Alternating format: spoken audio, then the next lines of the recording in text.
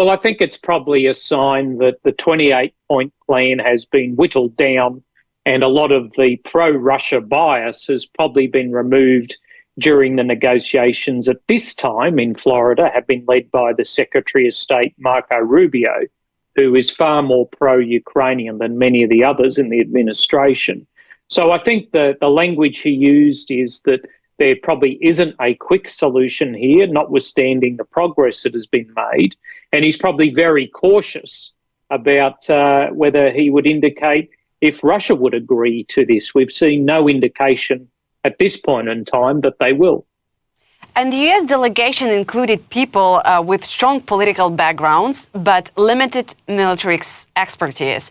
Ukraine, meanwhile, arrived with Umerov, Budanov, Khdanov, essentially the entire security and intelligence brain of our country. Does this asymmetry worry you?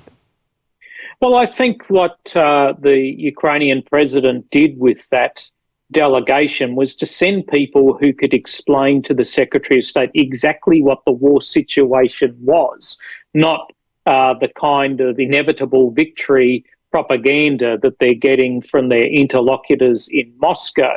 I mean, the General Budanov, I believe, was a last-minute withdrawal, and his deputy, General Skibitsky, was sent. This is a very knowledgeable man, a very clever officer who knows in depth where the war is, what the current situation and the challenges are, and is able to explain that to his American interlocutors. I think that's very important. But how much do the gaps and experience within Trump's negotiating team increase the risks for Ukraine? Any risks?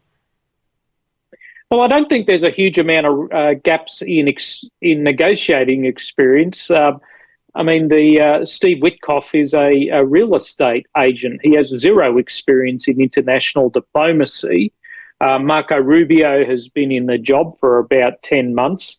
Many of those in the Ukrainian delegation have been negotiating with Americans, Europeans and Russians for years. So, I think the Ukrainian delegation isn't just experienced in military and intelligence matters.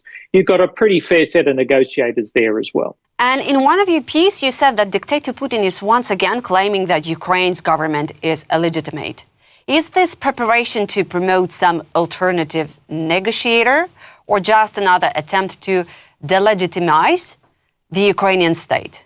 Well, I think it's a couple of things. Firstly, it's Putin just rolling out a standard talking point that he's been using ever since there was a decision made not to have another presidential election at the 5-year mark. Now, that made enormous sense to do that because all that would happen is Russia would target Ukrainians voting, and it's not possible under martial law in Ukraine anyway. So I think part of it is just rolling out that standard propaganda talking point. But secondly, I think from a Russian and a Putin perspective, it gives him the ability to knock back, to say no to any prospective peace deal because he doesn't trust the Ukrainian side to hold up their end of the bargain, which, as we all know, is very ironic.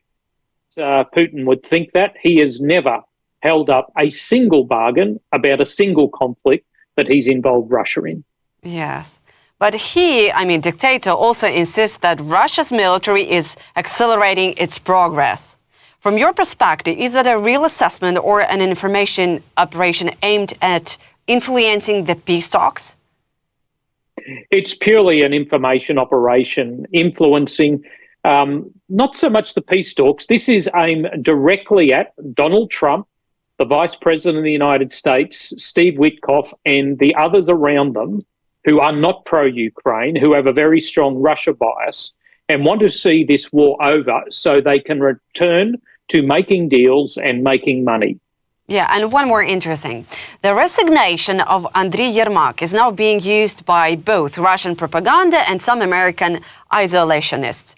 Do you see a real risk that this corruption scandal could be used in Washington as a reason to reduce support for Ukraine? There is certainly that risk, and that's something that Ukraine and its partners will have to work hard to make sure that doesn't eventuate. But on the other side of this is an indication that democracy in Ukraine is working. If it was Russia, those kind of corrupt individuals or those who are alleged to be corrupt would never have surfaced. So, in some respects, this is an indication that Ukrainian democracy is at work here and is something that's worth preserving. Yeah, I was reading, you said it's institutional maturity. Is that correct? Yeah, I think so. I mean, Ukraine, in its current manifestation, is a very young democracy, and it's still learning some of the tough elements of being a democracy, but it's doing it in a more transparent way than many other countries are doing. And as we saw when there was a chance that the government anti-corruption agency might be shut down, Ukrainians came out for the first time during the war this time and protest. So, I think there's a very strong inclination towards democracy among the Ukrainian people, and we need to support that.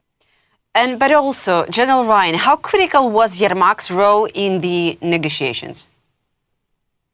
Well, no doubt he was an important player because he was or has been at the right hand of the president for the entirety of this war. Probably no one knows how Zelensky thinks, what he might tolerate, what he won't tolerate in talks better than under Yermak. But at the end of the day, there are a lot of other servants of Ukraine who work for the president, who are able to negotiate with the Americans in good faith whilst retaining the trust of the president of Ukraine, and we shouldn't forget that. Mm-hmm. And I just want to get back to negotiations and Umerov, Budanov, and other security leaders now leading the delegation. Could this be read as a signal that Ukraine is preparing for, to fight as long as it needs, not for any compromises ever?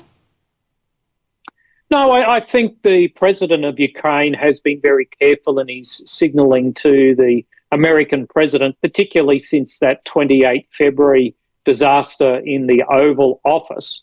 He's been very keen to say that Ukraine is not going to stand in the way of peace. But at the same time, it's not going to support peace at any cost. And I think most of the polls in Ukraine, speaking to Ukrainian people, support that.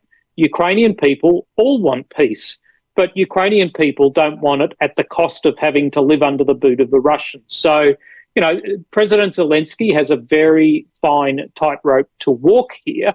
He has to be seen in the eyes of Donald Trump to be not standing in the way of peace, but he has to be seen in the eyes of every Ukrainian of supporting the aspirations for Ukraine to remain a sovereign nation that can defend itself. General Ryan, given the situation on the battlefield, which is quite complicated, are we now entering the most difficult phase of the war? Well, I think the amount of challenges that are piled up for the president and the government and the military of Ukraine are probably the most difficult since the full-scale invasion in February 2022. If you add up this second corruption scandal, this pressure from America for a quick peace deal, Russia is certainly putting pressure on Ukrainian units on the front line, particularly around Pokrovsk, but also on the Liman and Kupiansk axes. But you're also seeing Russian production of weapons step up and American military aid decline significantly. So all of these add up for what is a very difficult period of the war for the Ukrainian government and the Ukrainian people. But, the Ukrainian people have proven throughout this war to be highly resilient, innovative, and just very, very tough at defending their homes, defending their country.